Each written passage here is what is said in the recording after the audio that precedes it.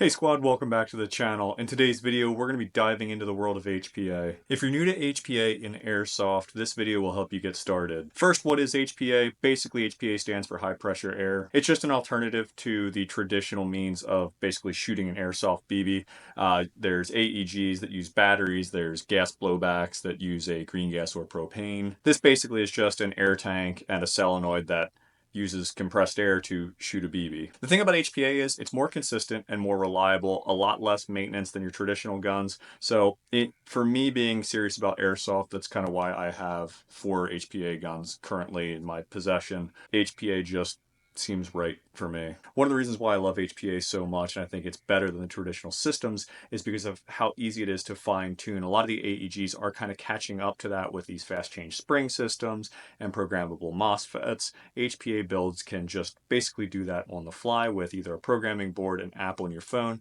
and just a twist of the regulator, and you've got everything fine tuned. You're not tearing the gun apart.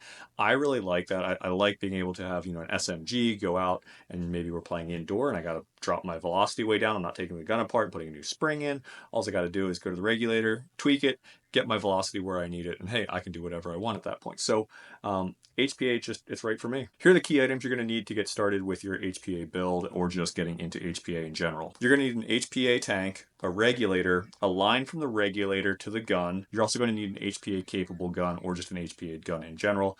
You can either buy an engine and build your own, which I've done. It's really fun to do if you like taking apart Airsoft guns. You basically just gut the gearbox of the AEG and slap it's not that simple, but it's that simple.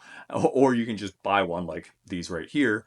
This is an MTW MK18, really nice. And there's also companies like Jackal Tactical, one of my sponsors, shameless plug, that build custom guns. If you want it built, they will do it for you. So that's really cool. That's another way of getting into it, but let's go a little bit deeper. One really important thing to look into before you even dive into this and start shopping around for an HPA gun is make sure your local field can fill your tank, so you have a way to fill your tank. So you're basically using a paintball tank, so make sure you've got a paintball field, airsoft field, maybe a scuba shop, something like that you can go to. There are places online that you can actually go buy compressors.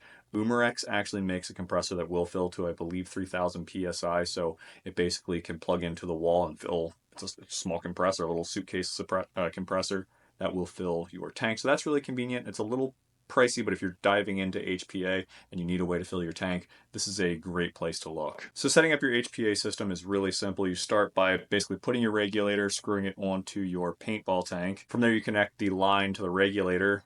From the regulator, you then connect to the gun. Make sure all connections are secure and there's not any leaks. Just listen for any type of leaking from either the engine, the lines, and the regulator. Make sure everything's good. You do not want to go out on the field and have a leak somewhere in that line. The next thing you're going to do is adjust your regulator. Now, I have a ballistic regulator from HPA. This thing is absolutely awesome. So when you get into this, it does get a little tricky. This is kind of one of those subcategories you got to keep an eye on.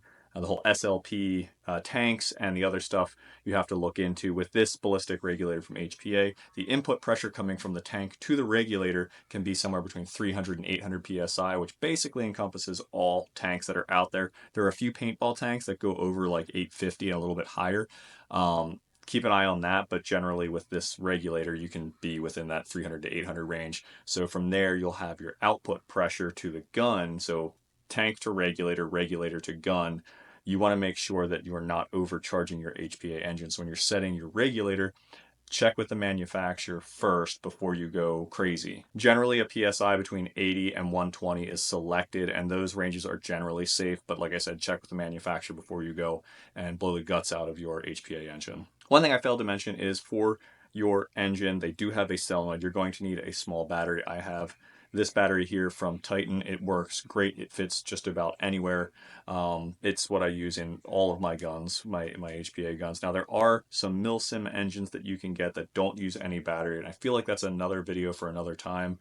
But if you need like a bad weather gun or just a milsim gun, because a lot of milsim events aren't going to let you take an M4 out and run full auto. You're going to have to be locked in basically semi-automatic only. So like a milsim gun that's basically all mechanical is awesome, and that is just I've seen them on the field. I've shot them. I don't own one personally, but they are just they're outstanding. So it just depends on what you want to do. But like I said, that's another video for another time. And the last step in setting up your HPA engine is to basically hook everything up, plug your battery in, switch it to full auto, and make sure everything shoots, doesn't leak. You don't have any first shot drop-offs, anything like that. You should be good to go and ready for the field. So that's basically how to set up and basically what you're going to need for HPA. This is just like a brief overview of what you need and things to keep an eye on. Now, for a really solid setup, it's going to run you probably $1,500. The setup I've got right here is a little bit more pricey than that, but it's decent. Like, this is a really good setup here. If you're looking to get into HPA, you're going to spend the money, but it's going to be worth it in the end because, like I said, everything is programmable on the fly. So your rate of fire, your modes, just reliability, consistency, range is increased a little bit. So it does give you an edge. Obviously, it's not going to increase your skill. There's people who think that just getting an HPA gun is going to make you a better airsoft player. That's not the case. You're not going to be a better airsoft player having all of that stuff. Like, it doesn't give you the edge. I mean, it's nice to be able to have a gun like that, and it definitely gives confidence, and I think confidence goes a long way. I see a lot of these younger kids that, like, if maybe they hadn't an AEG, they wouldn't be as confident, and they've got an HPA gun, they're just like running around like madmen. And good for them, because that's awesome. But at the end of the day, it's not going to make you a better airsofter, but it's going to give you a better experience. And if you do have that skill set plus this gun, you're going to be deadly out there. So that's for sure. Yeah, that's pretty much all I got. I mean, that's it. I mean, it's really simple to get into that stuff. Those are basically the things you need to look for when you're buying, HPA stuff, if you're looking to get into it. It's my reasons for having it. Catch you on the next one, guys. Oh, don't forget to check out Jackal Tactical for all your airsoft needs. Catch you on the next one.